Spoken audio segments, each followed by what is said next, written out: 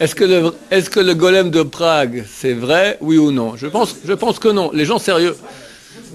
Ah, on va passer sur un cours Kabbalah Mahasit. Allez, c'est sympa, ça fait transpirer les gens. Ouais, ouais. Le Maharal, il s'amuse à faire ça. Tous les trucs qui a marqué, c'est qu'il y a un fond.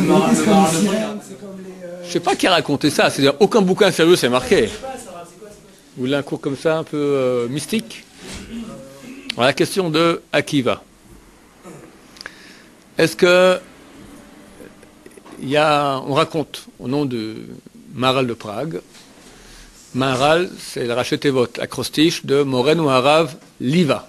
Liva, c'est l'œuf, c'est un lion. Lion, l'œuf, Liva. Il s'appelait Yehuda en fait. Il y a beaucoup de gens, encore en France aujourd'hui, mais aussi en Pologne à l'époque, traduisaient le nom hébreu en... Donc Yehuda, vu que c'est marqué lion à propos de Yehuda, donc on l'appelle comme Léon. Tous les Léons que tu as en France, ils sont Yehuda en hébreu. Donc c'est un Maharal de Prague. Était un grand sage d'Israël qui, bien qu'on ne le voit pas clairement dans ses écrits, mais vu qu'il n'est pas très profond, devait sûrement connaître bien la Kabbalah. On raconte qu'il a créé un golem. Qu'est-ce que c'est qu'un golem? Golem signifie en hébreu une forme brute. Ça veut dire qu'il a créé un être humain, mais un peu brut, ça veut dire qu'il lui manquait la parole. Une sorte de robot qui comprend ce qu'on lui dit, mais ne peut pas parler. Alors, il pose la question, est-ce que je pense que c'est vrai? Réponse, je pense que c'est pas vrai. Parce que dans aucun livre sérieux on en parle. C'est une légende qui se balade comme ça. Pour la bonne raison qu'il est extrêmement interdit, d'après la Torah, de faire de la Kabbalah Mahasit. Qu'est-ce que la Kabbalah? La Kabbalah, contrairement à ce que les gens croient, il y a une sorte d'aura magique autour de la Kabbalah, terrible, qui font croire que lorsqu'on dit que c'est un kabbaliste, déjà, il a des pouvoirs surnaturels, ce qui n'est pas du tout le cas. La Kabbalah, ce sont des livres qui parlent de la construction, l'architecture des mondes divins. C'est relativement ennuyeux, ça n'a aucun impact direct avec nous parce qu'on parle de choses qu'on ne comprend pas, et ça n'a surtout aucun effet de te rendre à cause de cela un homme qui a des pouvoirs spéciaux.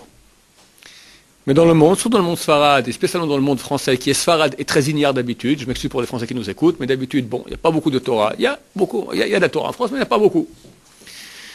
Par contre, il y a beaucoup de foi. Allié à, on aime bien un peu ce qui est un peu kabbalistique, mystique, magique, surnaturel, c'est sympa. Je vais vous en parler maintenant, vous allez voir, tous les gens, tout coup, tic, et j'ai quelques élèves ashkénazes, quand ils écoutent ça, ils sont entre rouge et blanc. Rouge un peu de colère, blanc, ça les intéresse absolument pas. D'accord, tu vois très bien les mentalités. Donc, il est faux de croire qu'un kabbaliste a des pouvoirs, c'est archi faux. Les pouvoirs proviennent de la sainteté. On peut être quelqu'un de très saint, ayant des pouvoirs sans avoir jamais de sa vie ouvert un bouquin de Kabbalah. Et d'habitude, ceux à propos desquels on sait qu'ils ont des bouquins de Kabbalah, ils n'ont aucun pouvoir. C'est bien simple, je connais aucun kabbaliste qui a des pouvoirs. Je connais beaucoup de kabbalistes, aucun des pouvoirs. Tu as beaucoup de faux sur le marché. Oh là là, des faux qui font de l'argent, des faux qui font carrément des avérotes avec des femmes, des escrocs, c'en est bourré. Donc la Kabbalah Mahasit existe, mais il est absolument interdit de la faire. Parce que de quel droit le Maharal de Prague l'aurait créé maintenant? Un golem. C'est interdit. Il est vrai que le Talmud parle de création, d'êtres vivants, d'êtres humains, mais qui n'ont pas la parole. On me raconte que tout à coup, je crois que c'est Rava, du coup il y a un type qui est venu, et Rava lui parle, et le type ne répond pas. Il lui reparle, il ne répond pas. Ah, je comprends, tu es un de ceux que nos copains les amis ont créés. Il y a deux rabbins qui, chaque veille de Shabbat, créent un mouton, l'Ervot Shabbat Kodesh. Il y a dans les responsables du Raprida, est-ce qu'on a le droit maintenant de manger un mouton qui a été créé comme ça par Sefer Yetzirah? Sefer Yetzirah, c'est le livre de la création. C'est un livre de mystique juive dans lequel il semblerait il y a les techniques de création. Je ne pense pas, parce que de nouveau, quand on lit, il n'y a rien de ce type-là, qu'on attribue à Abraham Avinu. On appelle néanmoins, on dit que voilà, créer des choses, créer des êtres ou faire des miracles avec Sefer Yetzirah, avec le livre de la création. Donc, on dit que à la question que Rav pose à Rav Frida, est-ce qu'un mouton qui a été créé par livre de la création, donc avec des noms saints, est-ce qu'on doit l'égorger? On peut le manger comme ça? Question. Pour la question, est-ce que maintenant quelqu'un qui a tué un être qui a été créé comme ça, est-ce qu'il est Chayav Mita? Ou si un être humain, un golem qui a été tué un être humain, est-ce que le golem il est Chayav Mita? Est-ce qu'il est peine capitale? Bon, il y a des questions-réponses intéressantes comme ça. Donc il y a une réalité pareille qui existe et qui a existé. Simplement, elle date de l'époque de la Mishnah, de la Gemara, que c'était des géants, pour vous dire un peu de quoi on parle. Rav, donc que vous voyez tous les jours dans la Gemara, d'accord? Qui était Rav? Rav, c'est marqué que ses élèves ont pris, quand il est décédé, ont pris sur eux de faire les chumrot qu'a fait Rav. Rav avait 10 chumrot, comme c'est marqué dans Tchouvat HaGeonim. 10 chumrot sur lui, 10 mesures de piété non obligatoires qu'il a pris sur lui. Et ça, ses élèves, qui étaient des géants en Torah, ont dit on ne peut pas, c'est trop dur. Chacun, on va prendre sur nous une de ces chumrot. Rav Sheshat, il a pris sur lui la chumra de Rav de jamais regarder de sa vie plus loin que 2 mètres. Tu tiens une demi-heure comme ça? Et ça, c'est une des 10 chumrot de Rav. Donc, jamais dire une parole vaine de sa vie. Et ça, tenir une demi-heure sans dire une parole vaine. Ça, c'est 2 des 10. Rav Sheshat a eu tellement peur qu'il ne tiendrait pas, il s'est rendu aveugle. Il s'est aveuglé lui-même. On n'a pas le droit de faire une chose pareille. Mais pour garder la chumra de Rav, avec ça menait tellement de kudusha dans le monde, il a fait quand même. Et il avait raison de le faire. De peur qu'une fois dans ma vie, je vais regarder plus loin que 2 mètres. Tout le monde de quoi on parle? Alors, des gens qui sont comme ça, ils créent un être humain. Ah oui, ils créent un être humain, c'est pas un problème, il est au niveau. Et s'il y a nécessité, j'imagine qu'il y avait une nécessité. Ok, bon, on parle de ces gens. Un jour, un sage d'Israël m'a dit que Dieu veut ça. Dieu veut qu'on puisse être comme lui et créer. Mais celui qui est comme lui. La Torah dit, Kedoshim tiyu ki kadosh ani Hashem. Soyez saints car je suis moi-même saint. Chazal disent, est-ce qu'on peut être saint comme Dieu? Non, ki kadosh ani. Je suis quand même plus saint que vous. Kedushati le mal me kedushatrem. Ma kedusha est plus grande que la vôtre. Tu avais une sakadatine, tu avais comment on dit ça en français, une sakadatine? Une hypothèse de base, que tu aurais pu être aussi saint que Dieu. Il faut que le verset vienne dire, non, ça je suis quand même plus que toi. T'imagines? C'est-à-dire, il y avait des niveaux de sainteté complètement effarants. Un type comme ça, ok, ça va. Rav, quand il a quitté Eretz Israël, il est allé en Babylonie, Shmuel était au bord du fleuve, il a vu, il y a un grand homme ici, l'eau est trouble, il y a un grand homme qui vient d'arriver. Pourquoi je vois l'eau est trouble? Pourquoi? L'eau a fait un mur autour de Rav parce qu'il devait uriner. Et c'est pas pudique d'uriner comme ça au bord du fleuve, donc l'eau, bon, va uriner toi au bord du fleuve, et moi, et le gars de Vilna. Ça n'a rien à voir. Je parlais maintenant du gars de Vilna, qui c'était? Son élève, le Nefesh Hachaim, le Rabbi Chaim de Volojine. Shabbat, toutes les semaines, il parlait yiddish. Shabbat, il parlait le Shon HaKodesh, il parlait en hébreu. Et un jour, un de ses élèves lui demande, Shabbat, dites-moi, parlez-nous du Gaon. Est-ce que le Gaon était égal, par exemple, à Nachmanide, le Ramban? Le Rabbi Chaim de Volojine était tellement choqué par la question qu'il a répondu en yiddish. Quoi? Avec tout ce que j'adule, et moi je sais qui était le Gaon de Vilna. Chas v'shalom. Comment comparer? Le Ramban, peut-être que mon Rav, le Gaon de Vilna, était peut-être égal à un élève de l'élève du Ramban. De quoi on parle? Et le Ramban, par rapport au Géonim, c'est rien. Et les Géonim, par rapport au Savoraïm, c'est rien. Savoraïm, par rapport à Moraïm, c'est rien. Ah, on parle de quoi? C'est des niveaux inimaginables. Donc ces gens-là, qui étaient au niveau d'être comme Dieu et créer, vas-y, crée tout ce que tu veux. Des moutons, des hommes, amuse-toi. Déjà, les Tanaïm, ils disent, c'est marqué que du temps de Rabbi Yehuda, Rabbi Akiva, je crois que c'est Rabbi Akiva, Rabbi Yehuda, je ne sais plus qui était avant, qui était après. Il y a 2 Tanaïm. Un qui dit, nous, à l'époque d'Rabbi Yehuda, lorsqu'il y avait une ta'anit, vous avez un jeune pour prier à Dieu, ils enlevaient les chaussures pour se mettre par terre comme en deuil, pour qu'il pleuve. Un qui enlevait la chaussure déjà, l'orage a pu tomber. Et nous, on se met pieds nus et on hurle, et il n'y a rien qui se passe. À l'époque des Tanaïm. Pourquoi? Parce qu'ils avaient mis sur Nefesh. Ils se donnaient entièrement à Dieu. Ça, c'est la proximité de Dieu. Ça, je parle des Tanaïm. Après, tu me parles des Amoraïm. Tu me dis qu'est-ce qu'il y avait? Essaye de tenir une demi-heure. Les Goïm, les élèves du Rav n'arrivent pas à faire, c'est du Khumrot de Rav. Nous, qu'est-ce qu'on est par rapport à Baba Saleh, par rapport au Chavetz Chaim? Rien de rien. Et eux, par rapport à ceux d'avant, c'est encore moins. Il y a une descente, pas comme ça. Elle est comme ça, la descente. On ne peut même pas imaginer ce que c'était. De quoi? Pas la connaissance de la Torah, la proximité de Dieu. Mais elle dépend de quoi? D'une sainteté. Hein? T'as pas une seconde où tu n'es pas en situation de ira, de crainte. Regarde, le Ramban, de crainte de Dieu. Le Ramban a écrit une lettre à son fils. Il lui dit, quand tu parles à quelqu'un, jamais ne lève les yeux vers lui. Parce qu'il faut que tu te comportes avec humilité. Tu arrives toi à faire une chose pareille? 10 secondes. Si tu parles à quelqu'un, lui parler comme ça. Parce que c'est trop insolent de le regarder. Avec humilité. C'est pas notre degré. C'était il y a 800 ans. C'est pas notre degré. Il faut arrêter. De quoi on parle? On parle d'anges, des anges. C'est des degrés énormes. Énormes. Donc, ils ont la Kabbalah Mazité, ils faisaient. Aujourd'hui, c'est très grave. Rabbi Chaim Vital. Rabbi Chaim Vital qui a écrit toute la Kabbalah. Toute la Kabbalah, aujourd'hui écrite par les Kabbalistes, c'est Rabbi Chaim Vital. Ok? Il a appris la Kabbalah de son maître pendant 22 mois. Comment il a fait? Il n'arrivait pas. Son maître l'a pris au lac du Tibériade, a rappelé un nom de Dieu, a fait amener la source, le puits de Myriam. Et celui qui boit du puits de Myriam, alors il a une mémoire, il n'oublie plus rien. Alors il a bu un peu, tac, et dès ce jour-là, il n'oublie plus rien. Et ce qu'il a appris en 22 mois, après il a écrit pendant 50 ans. Et dommage qu'il n'ait pas vécu plus longtemps parce qu'il manque encore. C'est pas total. Ça manque. À la fin de sa vie, il habitait à Yerushalayim ici. Le sultan se balade un beau jour sur l'esplanade du temple, la mosquée d'Omar. Il entend un bruit, un courant d'eau. Il appelle le cheikh là-bas. Qu'est-ce que c'est ça? Ça, il faut appeler au-devant les Yahoud, les Juifs. Eux, ils savent ce qu'il y a ici. C'est un truc là. Bon, amène le cheikh des Yahoud. On amène le Rav, Rabbi Chaim Vital. Le sultan lui dit, c'est quoi cette eau-là que j'entends?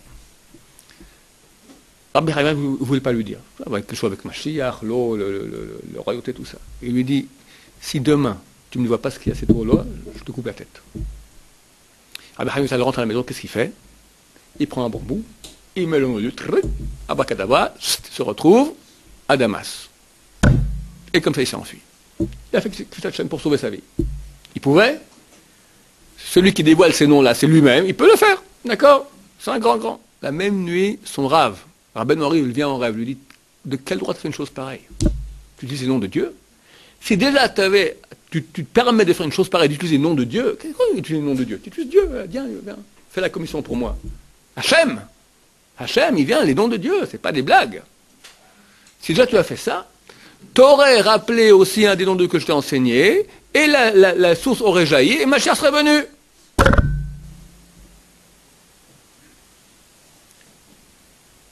Donc, même des gens de niveau énorme ne peuvent pas toucher ça. J'ai un cousin qui étudie la Kabbalah. Un bon garçon, un avraire sérieux. J'ai un rave qui est sérieux aussi, un vrai kabbaliste, caché, sans pouvoir, un vrai de vrai. Comment je sais qu'il est vrai de vrai? Parce que le Rabbi Benson Abashoul a dit qu'il est bon, on peut compter sur lui. Si le Rabbi Benson il a dit, moi je pose la question au Rabbi Benson Abashoul moi-même. C'est à Pourim, les cours de Rav. C'est marqué, à Pourim, tout celui qui tend la main, on lui donne. Alors c'est marqué, c'est à son niveau du pshat. Tous les pauvres qui demandent de l'argent, il faut leur donner à Pourim, il faut donner de l'argent aux pauvres. Mais on dit en drache, on est allégorique, tout celui qui tend la main vers Dieu, on lui donne. C'est un jour comme plus grand que Yom Kippour. D'un côté aussi, on peut dire ça au Rav, tout celui, je dis comme ça, dites-moi, chez qui aujourd'hui il y a la vraie Kabbalah? La vraie Kabbalah. Il se tait. Et moi je commence à lui dire, tous les noms que je connais, et le Rav machin, et le Rav machin, et le Rav machin, il me dit rien. Les Kodarav, Pourim, quoi la pochette, non timnia, quoi la pochette, non tim, tout lui, dites-moi un nom.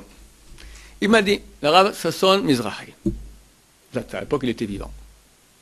Le Rav Sasson Mizrahi, illustre inconnu, vous connaissez? Personne ne connaît. Dans le monde des férus Kabbalah, ils savent. C'est un vrai, c'est un bon. C'est un rabbin qui avait une petite barbe, comme la mienne, qui travaillait le jour, il corrigeait les mezuzot à l'État. La nuit, il étudiait. Et à la synagogue, il se mettait à la dernière place. Et quand on demandait une bracha, il disait, excusez-moi, il partait. D'accord? Humble, caché, vrai.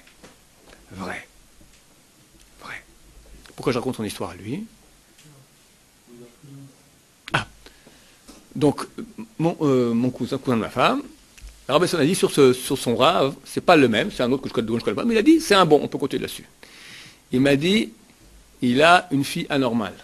Pourquoi? Parce que quand il était jeune, il n'a pas résisté au Yetzer Hara de faire un peu de Kabbalah. Il a fait jouer un peu Kabbalah Maasit. Directement, tac. Terrible. Terrible.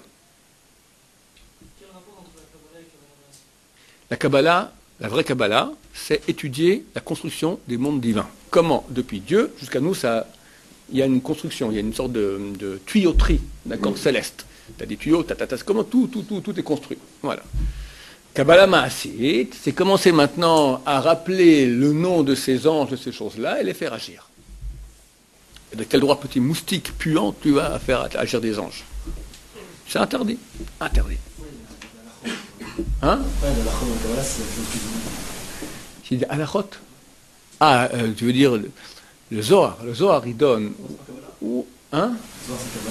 Zohar, c'est Kabbalah. Et Rabbeinu aussi, il dit que d'après la Kabbalah, voilà, il y a certaines choses qui sont.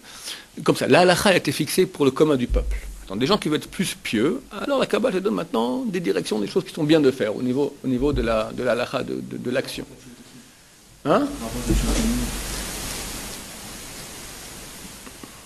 On va dire qu'il y a une tuyauterie qui est basique, qui concerne notre monde. Maintenant, quelqu'un qui veut être en accord avec les mondes plus hauts, alors il commence à faire d'autres choses. Par exemple, donne-moi un truc de Kabbalah qu'il est bien de faire. Voilà, très bien. Il y a une marloquette entre Rashi et Rabbeinu Tam. Quel est l'ordre des parchemins qu'il y a dans les Tfilin? Rashi dit Kadesh Vehaya, Shema Vehaya. Rabbeinu Tam dit Kadesh Vehaya, Vehaya Shema. Les deux dernières sont inversées. Qui a raison? La halacha, on fait comme Rashi. C'est bien aussi de porter comme Rabbeinu Tam. Maintenant, beaucoup de gens achètent d'autres filines, c'est bien, les Sfaradim, c'est bien après le mariage, de mettre Rashi. Après, quand tu te maries, tu mets Rashi, au milieu de la prière, après la prière, tu mets Rabbeinu Tam. Rabbeinu arrive, vient et dit, les deux sont vrais. Et il faut mettre les deux ensemble. Après le pshat, interdit. Parce que quelqu'un qui met deux mezuzot, il connaît un interdit de bal tosif, de ne pas rajouter au mitzvot. Parce qu'il met deux tefilines, il fait un interdit de la Torah, lav d'ora et à comment manger du porc, bal tosif. Donc voilà, Kabbalah dit comme si, et le pshat il dit autrement. Et la Kabbalah dit, si tu ne fais pas comme ça, tout ton tikkun de Kirat Shema, tout ça, il ne passe pas. Ça, c'est tordu. Alors qu'est-ce qu'on fait? On met les deux. Mais on fait un tnaï. On fait une condition. On dit comme ça. Si, d'après la vérité, c'est Rashi qui a raison, alors je mets le tefilin de Rashi, et ce d'Rabbeinu Tam, c'est rien. Donc je mets un seul tefilin. Si le vrai, c'est Rabbeinu Tam, et Rashi, c'est rien, alors la mitzvah, elle fait avec celle de Rabbeinu Tam, et le Rashi que je porte, c'est des lanières de cuir. Et si la vérité est que les deux sont vrais, il faut mettre les deux, alors je mets les deux. Comme ça, je suis OK. C'est comme ça qu'il faut faire. Baltou, c'est rajouter sur ce qu'il faut. Lui dit, c'est comme ça qu'il faut. Je ne connais pas certains, parce qu'il y en a qui disent pas comme ça, alors on fait un tnaï. Pourquoi ça se fait qu'il y a deux niveaux d'halakha? Parce que vous avez dit que l'halakha... Il y a pour le commun du peuple, il y a pour les gens qui veulent plus de piété, plus de proximité de Dieu. Elle n'est pas faite pour toutes. Il y a une seule vérité. Elle n'est pas faite pour toutes. Pas tout le monde peut tenir. Non, il y a une vérité, mais tu comprends comment t'expliquer cela? C'est une histoire d'amour. Toute une relation avec Dieu, c'est une histoire d'amour. Tu as un homme maintenant qui aime sa femme. Bon, on lui dira, avant le mariage, par exemple, avec des Shabbat, il faut amener un bouquet de fleurs. Sinon, ça peut faire un incident diplomatique.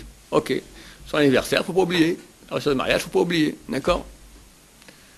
Il y en a un, il aime tellement sa femme qu'il va faire plus. Il sait, je ne sais pas moi, il sait que sa femme, trouve-moi quelque chose, d'accord? Elle adore qu'on lui fasse le café le matin au lit, d'accord? Tous les matins, il lui fait un café, d'accord? Bon, l'autre copain au cas lui dit quoi? T'es complètement fou. Tu te fais marcher dessus, tu étais un nul, d'accord? Non, moi, ça va, le bouquet et le cadeau jour du mariage, 2 fois par année pour l'anniversaire de mariage, son anniversaire, ça suffit, basta. Alors le café obligatoire, oui ou non? La Kabbalah, tu diras, oui, comment? Pas faire un café à sa femme tous les matins, alors t'es quoi? T'aimes ta femme ou c'est ta boniche? Ah, si je dis ça, je vais faire incendier par les maris qui ne font pas le café à leur femme. D'accord, comme moi d'ailleurs. Voilà, c'est une question d'amour. Donc, la Kabbalah, elle s'adresse maintenant à ceux qui veulent se rapprocher plus de Dieu. La halachot de la Kabbalah, la halachot de la Kabbalah. Ça veut dire que quand vous dites que les grands de la Torah ils peuvent créer des chaud, genre pas. Aujourd'hui, oublie, personne. Pas aujourd'hui, mais avant. Ah, il y a 2000 ans, ouais. Mais eux, ils ont fait un travail. Ouais. Ça fait 2000 ans, C'est vrai. ils ont bossé. Nous, on arrive, ouais, nous, Toi, par rapport au niveau, toi, par rapport aux conditions objectives que tu as, si tu bosses, ça équivaut à ce qu'ils ont fait eux. Rabbeinu Hari a dit un jour à Rabbi Chaim Vital, je le raconte souvent, je le répète ici, Chaim, sache que tu es grand comme Rabbi Akiva. Rabbi Chaim a dit, moi Rabbi Akiva, quoi d'arabe, je sais bien qui c'est Rabbi Akiva et qui je suis, moi, moustique de moustique, de la patte du moustique. D'accord? Sur lequel a marché Rabbi Akiva. Il lui a dit, oui, tu as raison. C'est peut-être la patte du moustique. Mais sache qu'à l'époque de Rabbi Akiva, il y avait une lumière énorme dans le ciel, dans le monde, une proximité de Dieu très grande. Rabbi Akiva était comme un projecteur. Un projecteur en pleine lumière, il éclaire à 50 mètres. Même pas. Projecteur à 5 mètres. Aujourd'hui, comme ça dit Rabbeinu Hari il y a 500 ans à Tzfat, les ténèbres sont beaucoup, beaucoup épaissies. Les forces du mal sont très, très fortes.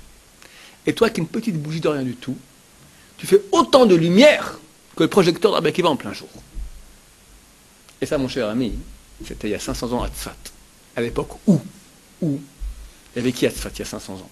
Si nous on était à Tzfat il y a 500 ans, là, on tomberait dans les pommes, asphyxiés de la sainteté qui est. Jusqu'à aujourd'hui encore, on sent la sainteté qui est là-bas à Tzfat. Et qui y avait à l'époque? Rabbi Sekaro, ceux qui le Shulchan Aruch, Marie Bérav, son Rav, le Al-Kabes, le Kri Lechadodi, le Hachar Kadosh, un des trois rabbins qu'on appelait Kadosh, le Radbaz, un des grands poskim, Rabbi David Ben Zimra, Rabbi Moshe Cordovero, le Rav de Kabbalah du Rabbeinu Hari, Rabbi Chaim Vital, Rabbi Lou de Vidash, le écrit le Rachid Chochma, des grands noms jusqu'à aujourd'hui, tout ça, dans un petit quartier, peut-être il y avait 1000, 2000 juifs à tout casser. C'était super, super sain. Et ça, Rabbeinu Hari appelle les ténèbres se sont beaucoup, beaucoup épaissies. Alors aujourd'hui, un petit juif à Paris, c'est quoi les ténèbres qu'il a? Mais c'est jamais Rabbeinu Hari aurait imaginé, Rabbi Chaim c'était aussi profond. J'étais voir, j'ai un proche parent qui fréquentait une Goya. J'étais voir le Rav Sternbourg, le rabbin du Badatz, un grand rabbin, le Rav du Badatz. Il y a un problème comme ci, comme ça, voilà, Je me posais une question du genre, est-ce que si elle vient chez nous, et le vin, je ne sais plus comment c'était la question, Yom Tov, voilà, des trucs comme ça. Il ne me répond pas. Il me dit, jamais Chazal ont imaginé que la galoute serait aussi longue. Il ne répond pas à ma question. Il se lamente. Comment Chazal aurait cru que ça durait tellement, qu'on serait tellement avec les goïms, tellement qu'il y aurait de manière mixte, qu'on arriverait à une situation pareille. Un des grands d'Israël, il te dit, Chazal n'avait pas cru qu'on serait tellement profondément dans la galoute. Je parle de la longueur de l'exil. On est très, très bas, très, très bas. Et bien, au Hachem, il y a des juifs en sorte qui sont juifs, et qui maintenant, au lieu d'aller faire les études, ils viennent à l'Yeshiva étudier la Torah. Mais c'est extraordinaire. Extraordinaire. C'est une lumière énorme. Et c'est évident que Machar vient pour ça. Comme il est marqué, où va les Tzion Goël, vient à Sion le Goël, le Rédempteur, ou Shafé Shabiak, ceux qui vont tchouva des péchés dans Israël. Baruch Adonai, Amen.